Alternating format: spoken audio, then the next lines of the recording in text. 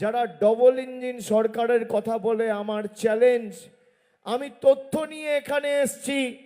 যদি বিজেপির কোনো নেতা কোনো কর্মী আগামী দিনে যে কোনো মঞ্চে দাঁড়িয়ে দুদিকে দুটো মাইক থাকবে, একটা আমার হাতে থাকবে আর একটা বিজেপির নেতাদের হাতে থাকবে।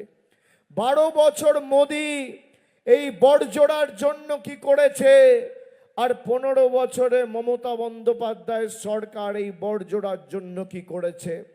তথ্য পরিসংখ্যানের নিরিখে লড়াই হবে।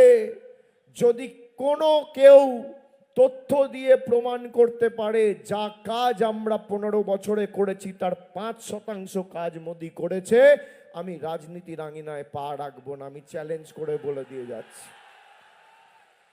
ক্ষমতা হবে এদের, ক্ষমতা হবে। ধর্ম নিয়ে রাজনীতি, আমরা কর্ম নিয়ে রাজনীতি করি।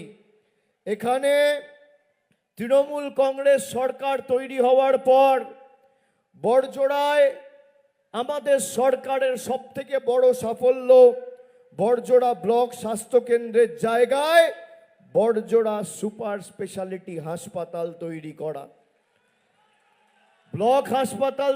ব্লক স্বাস্থ্যকেন্দ্র থাকাকালীন এখানে প্রসূতিদের সিজারের ব্যবস্থা ছিল না। কোনো রকম কোনো স্বাস্থ্য পরিষেবা পেতে গেলে হয় বাঁকুড়া মেডিকেল কলেজ নইলে দুর্গাপুরে যেতে হতো।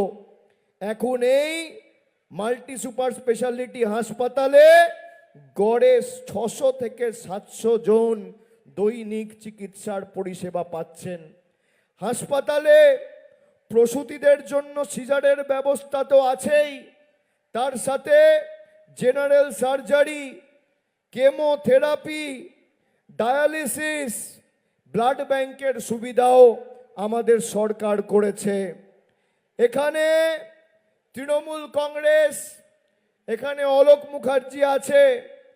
2021-এ তৃণমূল জেতার পরে আমরা 21-এর নির্বাচনে কথা দিয়েছিলাম যে এখানে ফায়ার ব্রিগেড হবে।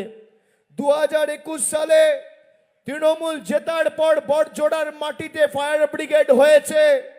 2022-এ হাটাগুড়িয়ায় ITI কলেজ হয়েছে, হাটাগুড়িয়ায় কর্মতীর্থ হয়েছে।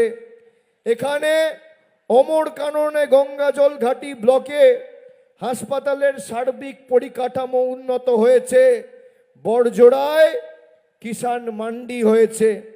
এলাকার মানুষকে হাতির হানা থেকে নিরাপদ রাখার জন্য জঙ্গলে বৈদ্যুতিক তারের ব্যবস্থা করে ফেন্সিং দেওয়ার কাজ খুব সুন্দরভাবে সম্পূর্ণ করা হয়েছে। এবার আমি আসি, কতজন মায়েরা এখানে লক্ষ্মীর ভাণ্ডার পাচ্ছেন।